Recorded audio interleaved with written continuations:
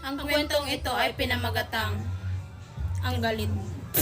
Habang ako ay naglalakad, may isa akong nakitang sisiw.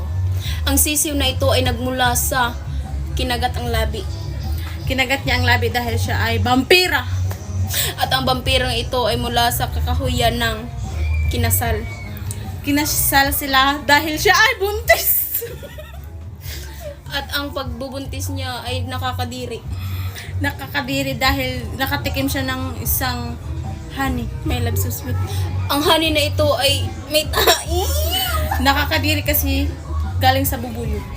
Ang bubuyog ay lumilipad-lipad at nag-celebrate. Dahil siya ay masaya nang nakita siya ng multo. Dahil ang multo ay mayroong grapes. Habang siya ay kumakain, nakatai siya. Ang nakatai siya sa may lolo. Ang lolo ay isang